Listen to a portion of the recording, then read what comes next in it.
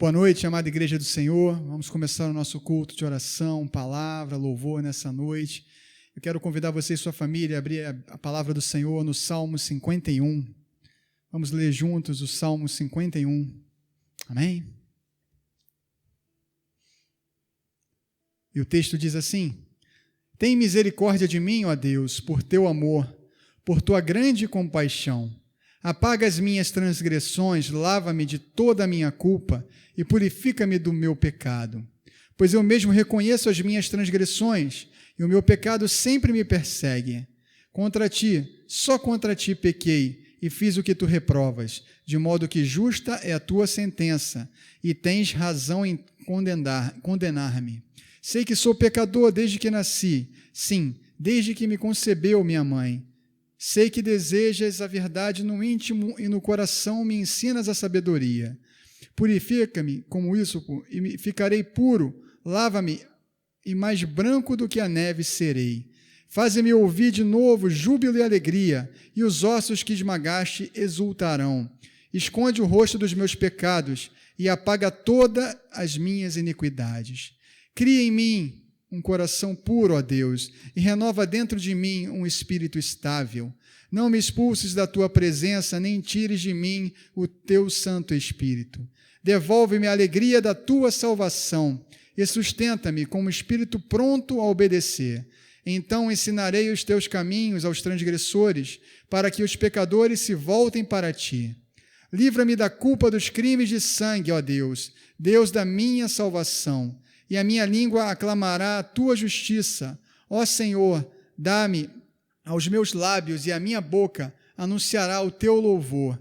Não te deleitas em sacrifícios, nem te agradas em holocaustos, senão eu os traria. Os sacrifícios que agradam a Deus são o espírito quebrantado, um coração quebrantado e contrito, ó Deus, não desprezarás. Por tua vontade, faz Sião prosperar, ergue os muros de Jerusalém. Então te agradarás dos sacrifícios sinceros, das ofertas queimadas e dos holocaustos e novilhos serão oferecidos sobre o teu altar. Amém? Coloque a sua Bíblia sobre o sofá, cadeira, sobre a mesa. Vamos orar ao Senhor. Vamos orar ao Senhor nessa noite, pedindo, Pai, que o Senhor nos perdoe, pedindo o teu perdão e tua graça sobre as nossas vidas. Somente em Ti, Pai, podemos alcançar o perdão. Vem sobre nós, Senhor Jesus, vem sobre a nossa família. Nós entregamos, apresentamos diante do Senhor a nossa casa. Ó Deus, entregamos tudo o que faremos nessa noite para a glória do Senhor, Pai. Que tudo nessa noite venha Te glorificar, Jesus. Que tudo venha Te exaltar, Pai. Recebe, Pai, a nossa adoração como igreja, Senhor Jesus. Confesso a Ti, Senhor, que fraco eu sou, tão fraco eu sou, mas forte Tu és. Eu venho a Ti, Senhor, sem nada pra dar, só quero pedir.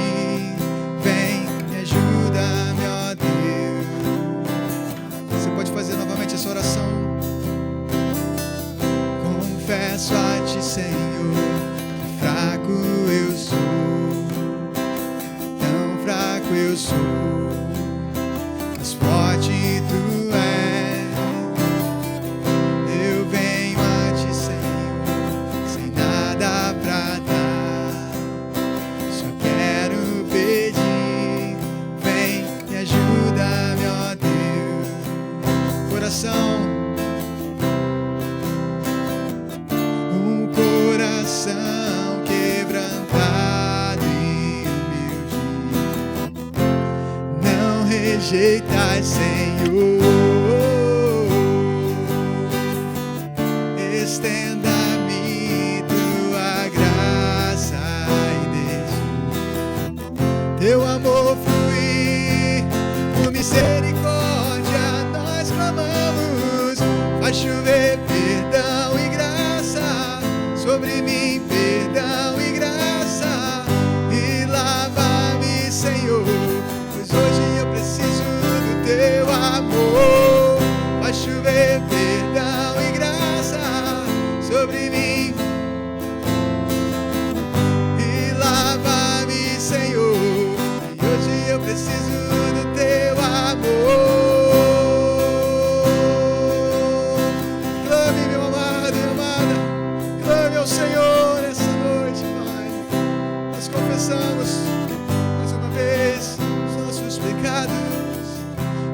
confesso a ti, Senhor, que fraco eu sou,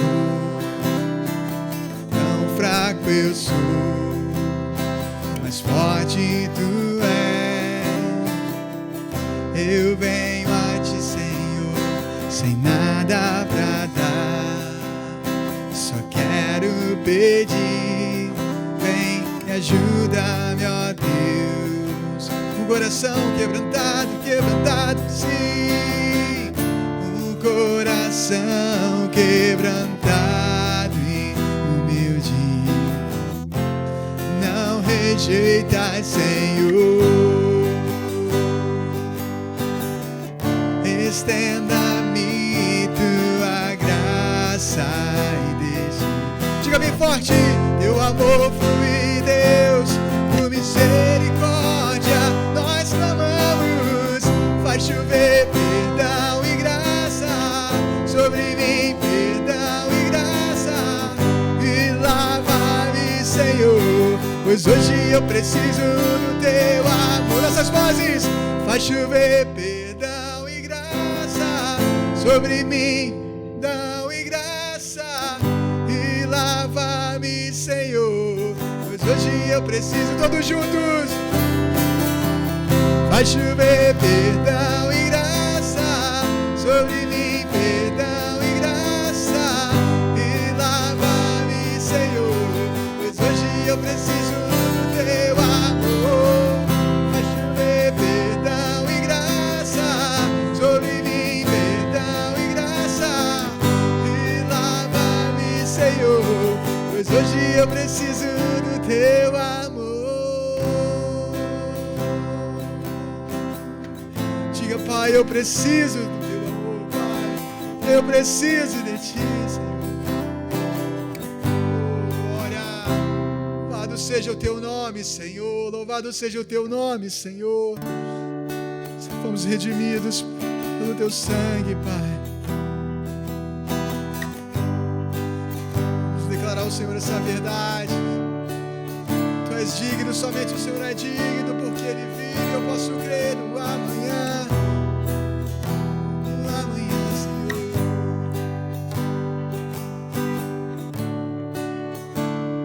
Vamos juntos, igreja. Redimido fui pelo sangue do Cordeiro, morreu em meu lugar, só por me amar. Pagou um alto preço, Jesus me trouxe a redenção. Sou livre pela graça, livre pela cruz, tenho salvação. Que amor é esse por mim, sendo pecador, não merecedor, Jesus prevaleceu, a morte Ele venceu, Ele ressuscitou.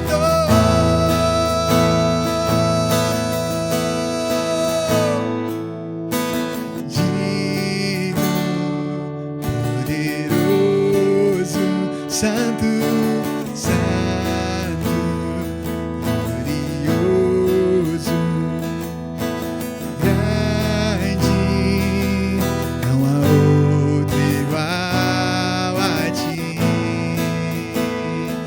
Oh, tu és digno, digno, digno, poderoso, santo, glorioso, grande, não há outro igual a ti. Não há outro igual a ti. Não há outro igual a ti. Você pode dizer junto com a sua família. Que amor é esse? Que amor é esse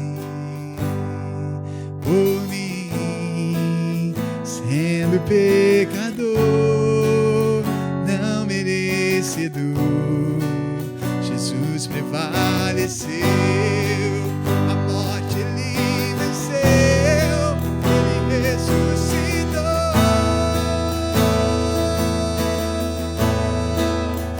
Deus digno, poderoso, santo,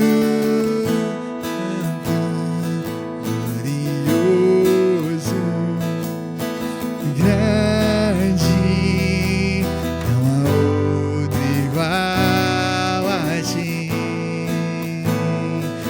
outro igual a ti, outro igual a ti,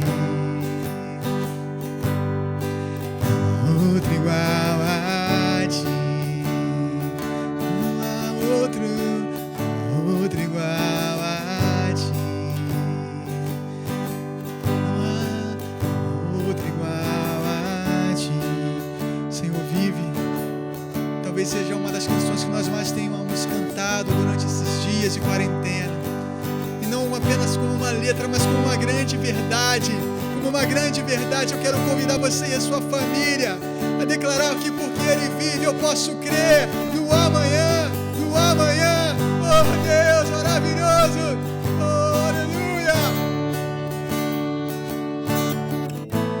Porque Ele vive, posso crer no amanhã,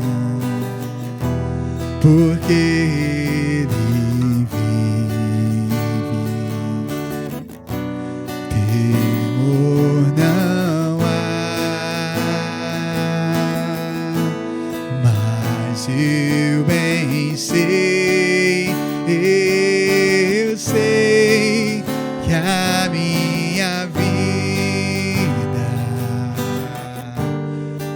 está nas mãos do meu Jesus, que vivo está, porque Ele vive, porque Ele vive, posso crer no amanhã, porque Ele vive, temor não há, mas eu bem sei, eu sei que a minha vida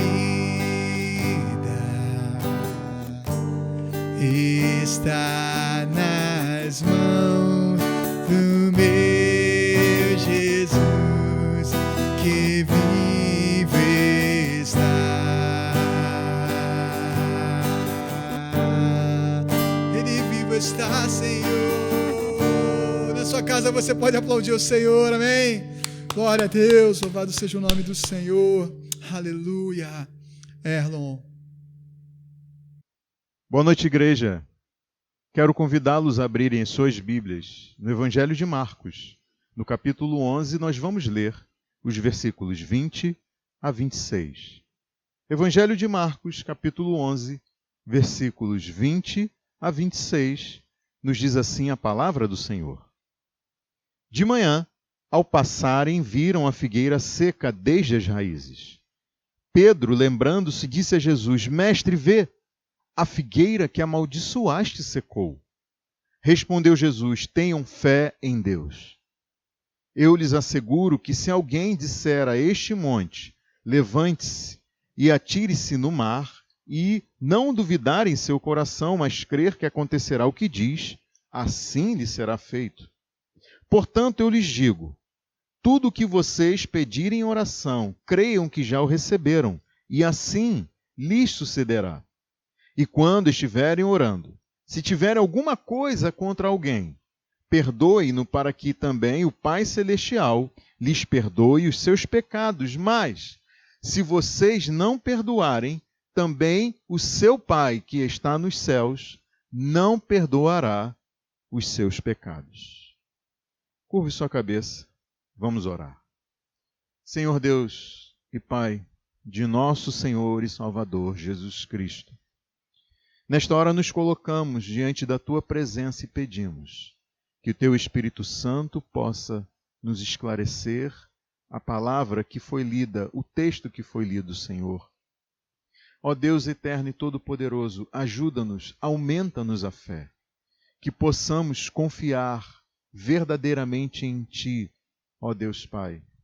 Que possamos orar com fervor e confiança, que Tu és poderoso para fazer, além daquilo que podemos imaginar, Senhor. Além das nossas forças, aquilo que nos é impossível, é possível para Ti, ó Deus Todo-Poderoso. E, ó Pai, ajuda-nos a olharmos para o Teu amor e para o sacrifício de Jesus Cristo em nosso favor, para o Teu perdão, Senhor, de tal forma que possamos agir em relação àqueles que estão ao nosso redor, imitando a Ti, ó Deus, e a Jesus Cristo, nosso Salvador. Nós Te pedimos que o Teu Espírito Santo nos ajude. Em nome de Jesus. Amém. Bom, meus irmãos, minhas irmãs, o texto que nós lemos narra os acontecimentos da manhã de terça-feira da Semana da Paixão. Dali a 2 dias, numa quinta-feira, Jesus seria preso, julgado injustamente, condenado à morte e crucificado, morrendo em uma sexta-feira. Mas vamos nos lembrar que Jesus ele tinha entrado em Jerusalém de forma triunfal no domingo da semana da Páscoa judaica. Esse texto daqui do Evangelho de Marcos nos conta isso nos versículos 1 até o de número 11. Jesus foi até o templo, fez uma inspeção rápida ali e voltou para Betânia, onde ele provavelmente estava hospedado na casa de Marta, Maria e Lázaro, que eram irmãos, e esse Lázaro foi aquele a quem Jesus ressuscitou. No dia seguinte, numa segunda-feira, ele e os seus discípulos retornaram a Jerusalém. E no caminho, sentindo fome, Jesus foi até uma figueira para ver se encontrava algum fruto. Marcos nos conta essa história nos versículos 12 até o de número 14. A figueira, ela tinha uma aparência exuberante à distância. Ela apresentava muitas folhas, se destacando entre as demais árvores a tal ponto de chamar a atenção de Jesus, apesar de não ser o tempo de figos. Mas como é da natureza das figueiras produzir os primeiros frutos com a folhagem, então uma figueira como essa, cheia de folhas, era uma indicação de que ela deveria ter frutos. Mas quando Jesus chegou perto, ele só viu folhas, não havia um fruto sequer naquela figueira. Então, Jesus decretou uma palavra de juízo contra a figueira, dizendo: ninguém mais coma de seu fruto. Versículo 14 nos mostra isso. Os discípulos ouviram ele dizer isso, mas como não houve nenhum efeito visível naquele mesmo instante, todos seguiram para o templo em Jerusalém. Chegando lá, Jesus viu cambistas e vendedores ocupando o pátio dos gentios, que era a única área do templo permitida aos não-judeus. Além disso, as pessoas transitavam pelo local, levando mercadorias como se fosse uma rua qualquer. Os versículos 15 e 16 desse capítulo 11 nos mostram isso. Jesus, então, ele expulsou os vendedores e os compradores daquele lugar, derrubou as mesas dos que faziam o câmbio de moedas e proibiu o trânsito de pessoas com mercadorias por ali. Jesus, ele citou aquilo que está escrito no livro do profeta Isaías, capítulo 56, versículo 7, e no livro do profeta Jeremias, capítulo 7, versículo 11, para ter feito aquilo que ele fez. Ele disse, nós podemos ler isso no versículo 17, não está escrito: a minha casa será chamada casa de oração para todos os povos? mas vocês fizeram dela um covil de ladrões. Jesus tinha em vista aqui a devida reverência na adoração a Deus e o respeito ao propósito do templo, ser uma casa de oração para todos. Bom, ao final dessa segunda-feira, Jesus foi embora da cidade, como nos mostra o versículo 19, e na terça-feira de manhã, bem cedo, ele e os discípulos voltaram a Jerusalém, como a gente leu no versículo de número 20. Foi quando, no meio do caminho, Pedro chamou a atenção de Jesus para o que tinha acontecido àquela figueira vista no dia anterior. A figueira agora ela estava seca desde as raízes, conforme a maldição de Jesus. A árvore que se apresentava no dia anterior, cheia de vida, tinha se transformado num cadáver seco. Pedro, então, admirado, ficou assombrado com aquilo, se perguntando como isso é possível. Não só ele, mas também os outros discípulos se perguntavam como isso foi possível. Nós podemos ver isso com maior clareza no Evangelho segundo Mateus, que nos conta essa mesma história no capítulo de número 21. Pedro já tinha visto muitos milagres de Jesus.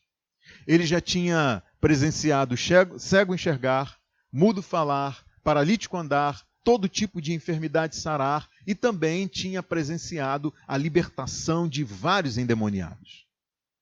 Ele tinha visto o vento e o mar obedecendo a Jesus, a água ser transformada no melhor vinho já produzido. Pedro tinha visto quem estava morto voltar à vida, e isso mais de uma vez. E a ocasião mais recente foi aquela em que Lázaro se levantou do túmulo depois de 4 dias morto. Porém, o que estava vivo morrer, isso não. Isso era novidade. E cá entre nós, uma novidade surpreendente e assustadora. Como isso foi possível? O autor da vida decretar a morte. Vejam que em uma ocasião passada, os discípulos ficaram assombrados diante do poder de Jesus. E então eles se perguntaram: quem é este que até o vento e o mar lhe obedecem? E eu vou lhes ser bastante sincero, que se eu estivesse diante desta figueira, eu perguntaria: quem é este que tem o poder da vida e da morte? Vejam vocês que no livro de Deuteronômio, no capítulo 32, versículo 39, está escrito: vejam agora que eu sou o único, eu mesmo. Não há Deus além de mim. Faço morrer e faço viver. Feri e curarei, e ninguém é capaz de livrar-se da minha mão. Não há Deus além de mim. Faço morrer e faço viver. Feri e curarei, e ninguém é capaz de livrar-se da minha mão. Meus irmãos e minhas irmãs, meus amigos e minhas amigas, Jesus é esse Deus que tem o poder da vida e da morte em suas mãos. Ele é aquele que faz viver e faz morrer, que fere e que cura. Jesus é esse Deus. Ele tem o poder da vida e da morte. Bom, meus irmãos e minhas irmãs, vejam que diante do espanto de Pedro, com a figueira seca, Jesus respondeu, como nós lemos aqui no versículo de número 22. Tenham fé em Deus. Tenham fé em Deus. Jesus respondeu assim, porque dali a 2 dias, ele já não mais estaria com os seus discípulos. Jesus disse isso também, porque o sistema de culto e o templo em Jerusalém seriam substituídos, trazendo um colapso para a sociedade judaica. Então Jesus passou a ensinar seus discípulos sobre a fé e oração, aquilo que seria imprescindível, vital para a vida desses discípulos dali em diante. Fé e oração fundamentadas no perdão do Pai Celestial. O ensino de Jesus, no texto que a gente leu, destaca a fé que tem seu firme fundamento em Deus. Depois nos mostra a fé que é triunfal, mas não é triunfalista. E então, a fé que está ancorada no perdão. No versículo 22, nós lemos sobre a fé que tem seu firme fundamento em Deus. Nos versículos 23 e 24, sobre a fé que é triunfal, mas não triunfalista. E nos versículos 25 e 26, a fé que está ancorada, sustentada no perdão. E é isso que nós veremos daqui em diante, na exposição desse texto. Vejam vocês que a vida cristã é uma vida de fé. A vida cristã é uma vida de fé. Quando Jesus, no versículo 22, disse aos seus discípulos, tenham fé em Deus, ele tinha em mente uma fé permanente. O termo que ele usou, o verbo que ele usou, indica para nós que ele tinha em mente, que ele se expressou, falando a respeito de uma fé contínua, permanente, e não uma fé passageira e nem mesmo momentânea. Não aquele tipo de fé de quem embarca morrendo de medo em um avião, com medo do avião cair, e faz isso embarcando com muita oração e fé, até que desembarca no seu destino e, ao descer do avião, essa pessoa perde ou deixa de lado essa fé, porque ela já não lhe é mais útil e nem mesmo eficaz. Essa pessoa deixa de confiar na provisão de Deus e passa a levar a vida conforme bem entende, confiando em si mesma ou na normalidade, na continuidade natural dos eventos do dia a dia. Essa é uma fé de ocasião, que é despertada quando a corda aperta no nosso pescoço, quando o calo dói, quando o fôlego falta, quando o teto desaba ou quando o chão foge de debaixo dos nossos pés. O que diferencia essa fé falsa da fé verdadeira e salvadora? O que diferencia a fé salvadora de qualquer outro tipo de fé, de qualquer crença ou confiança, é o fundamento e o alvo dessa fé verdadeira. Jesus disse, tenham fé em Deus. Tenham fé em Deus. E nesse sentido eu faço minhas as palavras do comentarista bíblico William Hendrickson, quando ele escreveu que a fé é como descansar nos braços eternos do Pai Celestial. A fé é como entregar seus caminhos ao Senhor, crendo nele, sabendo que ele fará o que for melhor. É receber o reino ou o governo de Deus como uma criança, é ter certeza daquilo que esperamos e estar convencidos daquilo que não vemos. A fé é a vitória que vence o mundo. A fé é a vitória que vence o mundo. No entanto, a fé é triunfal, mas não é triunfalista, como nos mostra os versículos 23 e 24. Vejam vocês que o apóstolo João escreveu em sua primeira carta o seguinte: o que é nascido de Deus vence o mundo, e esta é a vitória que vence o mundo, a nossa fé. Quem é que vence o mundo? Somente aquele que crê que Jesus é o Filho de Deus.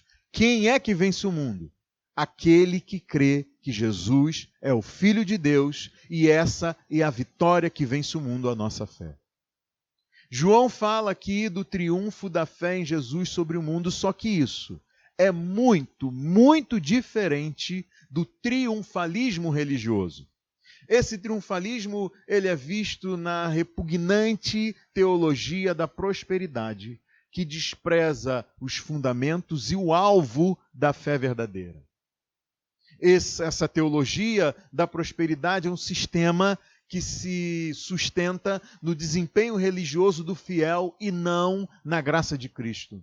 É a teologia que olha para o que Jesus disse aqui em Marcos, nos versículos 23 e 24, e defende que o crente deve confiar positivamente e declarar o que deseja sem duvidar para ver realizado aquilo que diz em sua oração.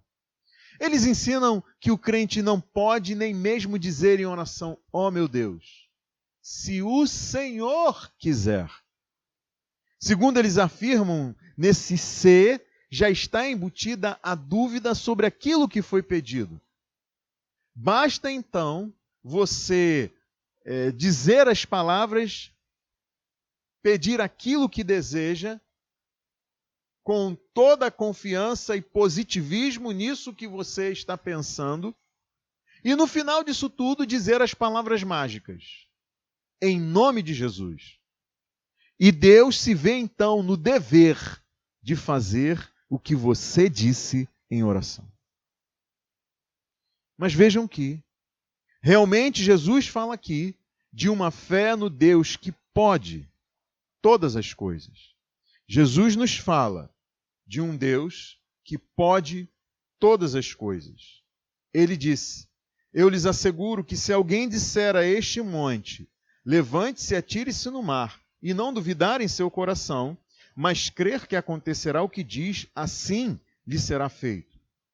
Portanto, eu lhes digo, tudo o que vocês pedirem em oração, creiam que já o receberam, e assim lhes sucederá. Para ilustrar isso, Jesus diz que seria como alguém dissesse para um monte se erguer e se atirar ao mar e ver isso acontecendo. Só que, à luz de todo o ensino bíblico sobre a fé e a oração, nós não podemos nos esquecer daquilo que nos é dito a respeito da oração, inclusive na boca de Jesus.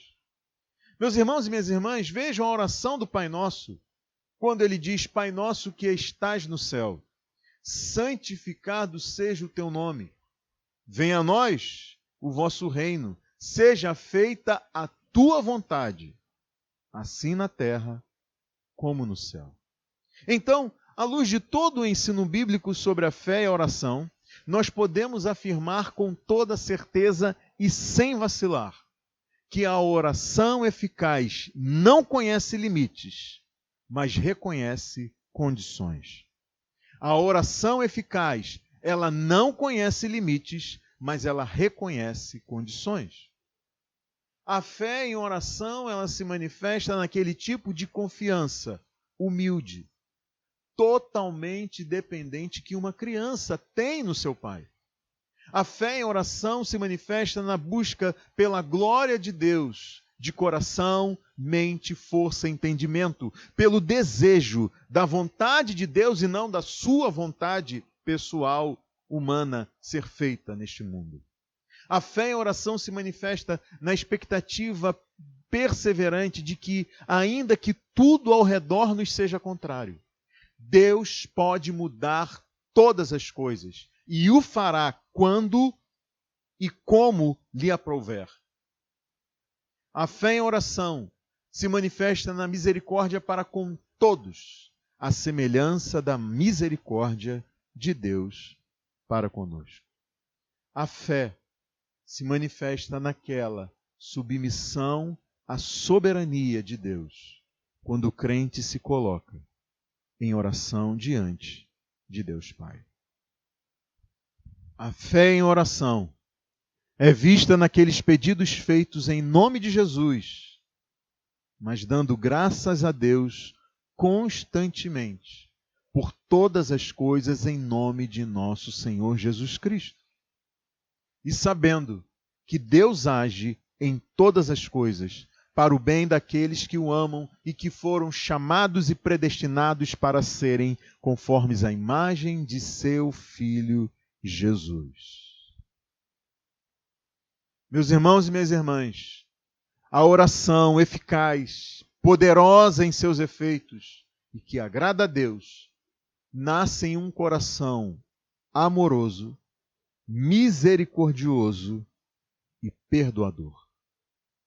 Daí então, é por isso que Jesus nos ensina, nos versículos 25 e 26, que a fé está ancorada no perdão. Leia comigo aí os versículos 25 e 26. E quando estiverem orando, se tiverem alguma coisa contra alguém, perdoem-no para que também o Pai Celestial lhes perdoe os seus pecados mais. Se vocês não perdoarem, também o seu Pai que está nos céus não perdoará os seus pecados. É curioso que Jesus tenha nos ensinado sobre a oração com base na fé em Deus como necessária para que o impossível seja realizado, para logo então, logo depois, logo em seguida, ele trazer à tona o dever de ser dispensado o perdão a quem nos ofendeu. Paulo escreveu em Efésios capítulo 4, a partir do versículo 32, o seguinte: ouçam, sejam bondosos e compassivos uns para com os outros, perdoando-se mutuamente, assim como Deus os perdoou em Cristo. Portanto, sejam imitadores de Deus, como filhos amados, e vivam em amor como também Cristo nos amou e se entregou por nós, como oferta e sacrifício de aroma agradável a Deus. Percebam então que o perdão defendido por Paulo aqui é do mesmo tipo daquele perdão que Deus Pai dispensou a nós em Jesus Cristo. É o tipo de perdão que tem o Pai Celestial como modelo. É o tipo de entrega e de sacrifício que são vistos em Jesus. Agora pensem comigo, será que isso é fácil? Eu digo a vocês que não. Não é fácil. É impossível por natureza, na verdade. Mas vejam que tudo é possível a quem crê. Meus irmãos e minhas irmãs, o nosso senso de justiça retributiva e de valorização pessoal torna esse tipo de perdão impraticável à parte do amor de Deus em Cristo. Vejam só, não se está falando aqui que o perdão que leva à salvação e à vida eterna depende de quanto nós somos perdoadores uns dos outros. A salvação ela não se baseia em obras, mas somente na graça e na misericórdia de Deus. E nós não podemos perder isso de vista. O que se tem em vista aqui é que se você é alguém que foi perdoado pelo Pai Celestial, se você é uma mulher que foi perdoada pelo Pai Celestial, então necessariamente se espera que você seja uma pessoa perdoadora. Aquela que foi perdoado, que foi perdoada pelo Pai Celestial, necessariamente se espera que esta pessoa seja também perdoadora. Mas pensem comigo, é possível a gente reter o perdão? E se é possível, o que acontece se você foi perdoado pelo Pai Celestial e não perdoa? A falta de perdão atrofia a nossa vida espiritual, mancha o nosso relacionamento com Deus, tira a alegria da salvação e impede o atendimento das nossas orações. A falta de perdão atrofia a nossa vida espiritual, macula, mancha o nosso relacionamento com Deus tira a alegria da nossa salvação e impede o atendimento das nossas orações. Vejam que o apóstolo Pedro escreveu na sua primeira carta, no capítulo 3, versículo 7, maridos, sejam sábios no convívio com suas mulheres e tratem-nas com honra, de forma que não sejam interrompidas as suas orações. De forma que não sejam interrompidas as suas orações. Vejam, meus irmãos, meus amigos e minhas amigas, eu comecei dizendo que Jesus é Deus e por isso Ele tem o poder da vida e da morte em suas mãos. Ele é aquele que fere e que cura. Vejam que, ao longo da convivência, Pedro e os demais discípulos presenciaram milagres extraordinários realizados por Jesus. Foram inúmeros os milagres positivos que trouxeram libertação, cura, vida. Mas aqui, no texto que nós lemos, eles presenciaram um milagre negativo. A figueira que parecia tão cheia de vida, amanheceu morta, totalmente seca. Bom, não importa se Deus manifestará seu poder de modo positivo ou negativo.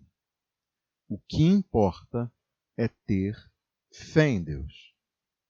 Conforme Jesus nos falou, não importa se Deus manifestará o seu poder de modo positivo ou negativo. O que importa é ter fé em Deus. Se Deus ferir ou se Ele curar, se a gente não tiver fé, nós não nos submeteremos aos termos de Deus, não aceitaremos nem a forma, nem o como e nem o quando Deus vier e agir. Mesmo um milagre positivo será motivo de questionamento de um coração sem fé em Deus e dominado por desejos que guerreiam dentro de si em oposição à vontade de Deus. A Bíblia diz que essa pessoa não tem porque não pede, quando pede não recebe, porque pede por motivos errados para gastar em seus prazeres. Agora pensem, como se comportará quem não tem fé em Deus diante de algo que for contrário às suas expectativas, projetos ou desejos? Então, meus irmãos e minhas irmãs, que nós possamos atender à ordem de Jesus. Tenham fé em Deus. Essa é a ordem do nosso Salvador e Senhor. E vejam, até mesmo uma pequena fé, ela pode muito nos seus efeitos. Em outra ocasião, lá no Evangelho de Mateus, no capítulo 17, Jesus disse: eu lhes asseguro que se vocês tiverem fé do tamanho de um grão de mostarda, que era a menor das sementes conhecidas naquela região, se vocês tiverem fé do tamanho de um grão de mostarda, poderão dizer a este monte: vá daqui para lá, e ele irá. Nada lhes será impossível. Nós devemos nos lembrar que estamos diante do Pai Celestial. E como bem disse Jesus, em Mateus, no capítulo 7 agora, qual de vocês, se seu filho pedir pão, lhe dará uma pedra? Ou se pedir peixe, lhe dará uma cobra? Se vocês, apesar de serem maus, sabem dar boas coisas a seus filhos, quanto mais o Pai de vocês que está nos céus dará coisas boas aos que lhe pedem. Meus irmãos e minhas irmãs, Jesus falou sobre mover montanhas pela fé em Deus. Esse Deus que é todo-poderoso para fazer aquilo que é impossível para nós. Ele usou uma figura de linguagem, uma hipérbole, uma linguagem exagerada, para trazer a gente o significado real daquilo que ele queria dizer, para dar para a gente uma dimensão daquilo que ele queria dizer. E daí, então, o que poderia ser pense comigo esse monte de fato para mim e para você. Sabendo que Jesus está falando aqui a respeito de uma ilustração da verdade que ele queria nos comunicar. Pensem o que de fato seria este monte para mim e para você. Vejam que, de forma geral, esse monte representa um impedimento, um obstáculo.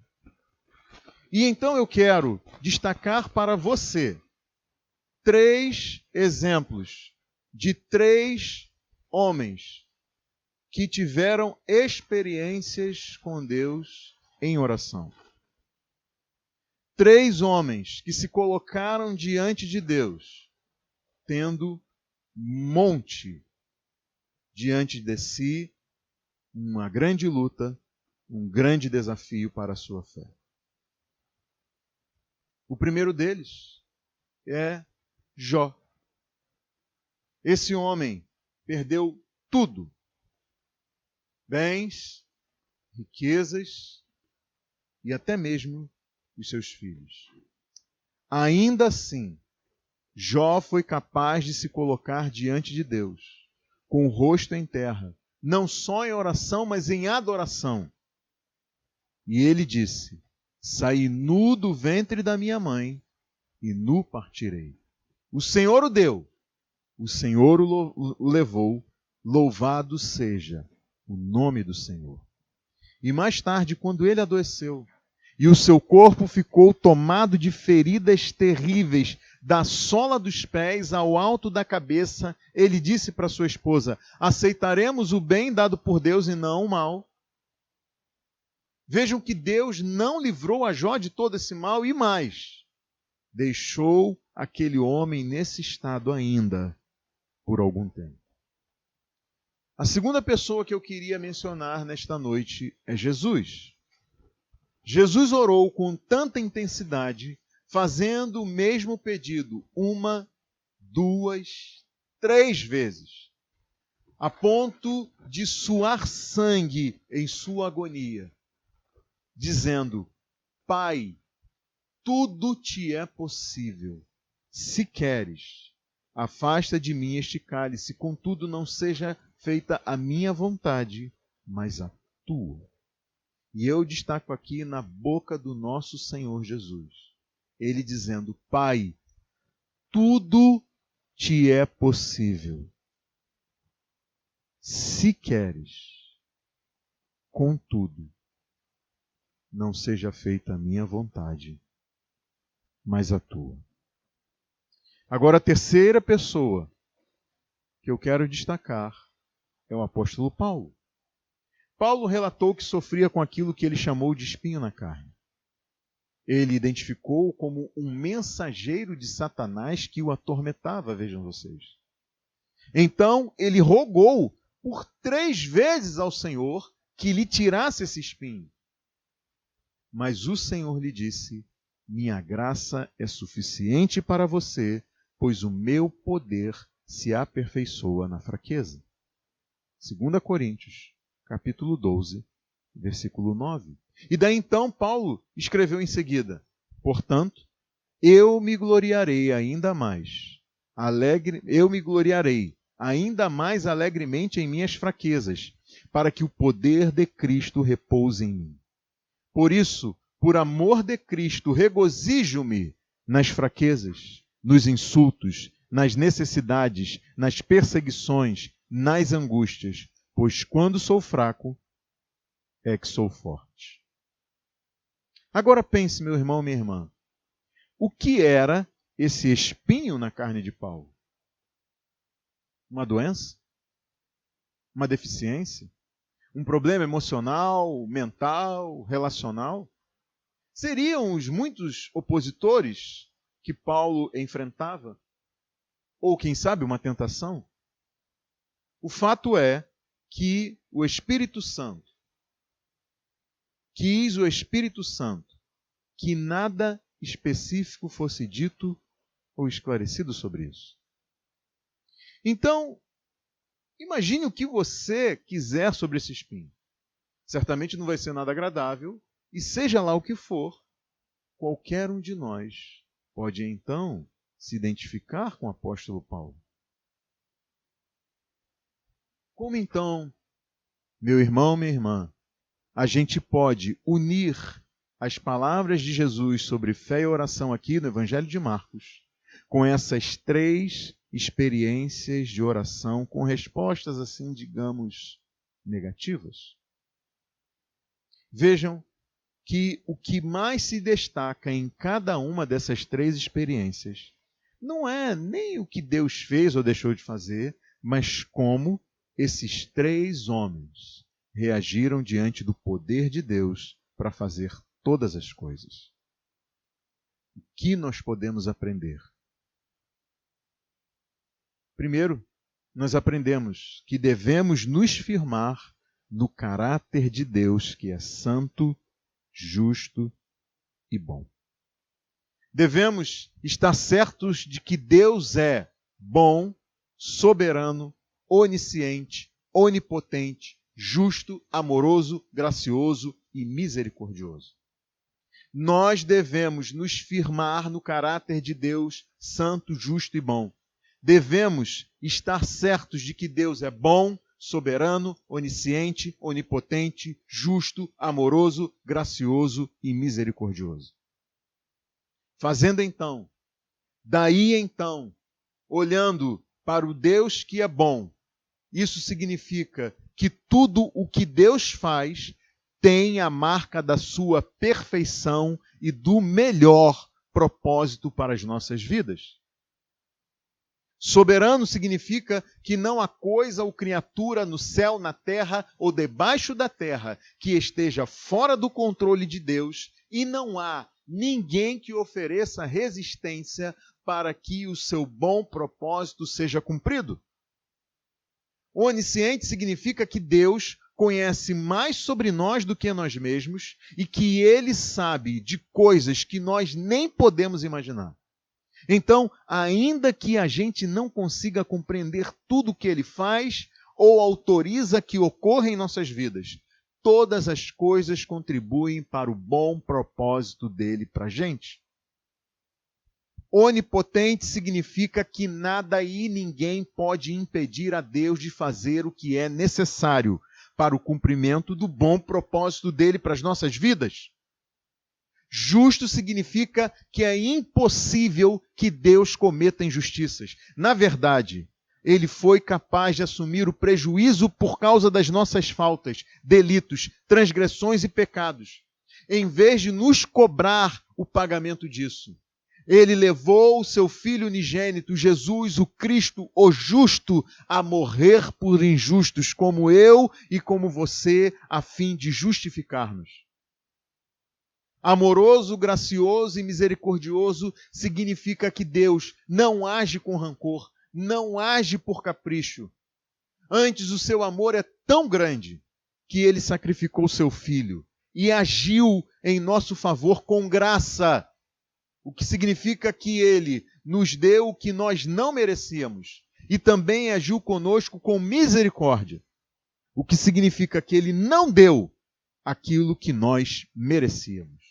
Então, como que nós reagiremos diante desse Deus Todo-Poderoso? Vamos, nesta noite, ouvir e atender ao que Jesus ordenou aos seus discípulos. Tenham fé em Deus. Tenham fé em Deus. A mensagem de hoje, ela é especial nesse tempo de Covid-19 que transtornou o mundo, trouxe catástrofes de natureza econômica, social, emocional e principalmente a perda de vidas, vidas preciosas para tantas famílias. Um mal que continua ainda ameaçando, produzindo temor, ansiedades, conflitos, frustrações e tantos outros males, até mesmo sem nem mesmo a gente se contaminar e contrair essa doença. É por isso que a mensagem de hoje, para cada um de nós, é que nós tenhamos fé em Deus. Meu irmão, tenha fé em Deus. Minha irmã, tenha fé em Deus. Tenham fé em Deus. Mais do que isso. Mais do que isso. A gente precisa crer firmemente que não há impossíveis para Deus. E por isso, tudo é possível àquele que crê. E eu digo isso a quem está envolvido em conflitos não resolvidos. Quem sabe há anos e há tanto tempo vem dizendo para si: eu não consigo perdoar. Eu digo isso a quem é identificado pela constante irritabilidade, pela falta de domínio próprio. Digo a quem vive constantemente insatisfeito, insatisfeita, deprimido, ansioso, deprimida, ansiosa. A quem é controlador demais e age como um tirano. Ou a quem é descontrolada demais e acaba gastando, comendo e sofrendo demais com isso. A quem só pensa em si e não quer perder tempo com os outros. Aquela pessoa que todo mundo diz que é orgulhosa. Por isso ela nunca reconhece as suas faltas, nunca admite que está errado. Que está errada. Vejam que essas são montanhas gigantescas, obstáculos para o desenvolvimento de uma fé poderosa e operante. E você precisa ter fé em Deus. Eu preciso ter fé em Deus. Nós precisamos colocar isso em oração e devemos agir. Você precisa tomar atitudes. Eu preciso tomar atitudes. Então eu lhe pergunto, o que você vai fazer ao final dessa mensagem? Tenha fé em Deus. E quem sabe você olha para si e se vê tão indigno, tão pecador, tão longe da graça de Deus. Meu amigo, minha amiga, você precisa saber que Deus é poderoso, que Ele pode te dar vida e vida em abundância, por meio da fé em Jesus Cristo. Por isso eu quero lhe dizer, arrependa-se e creia. E saiba que, para o homem, é impossível, mas para Deus não. Todas as coisas são possíveis para Deus. Curve sua cabeça. Vamos orar.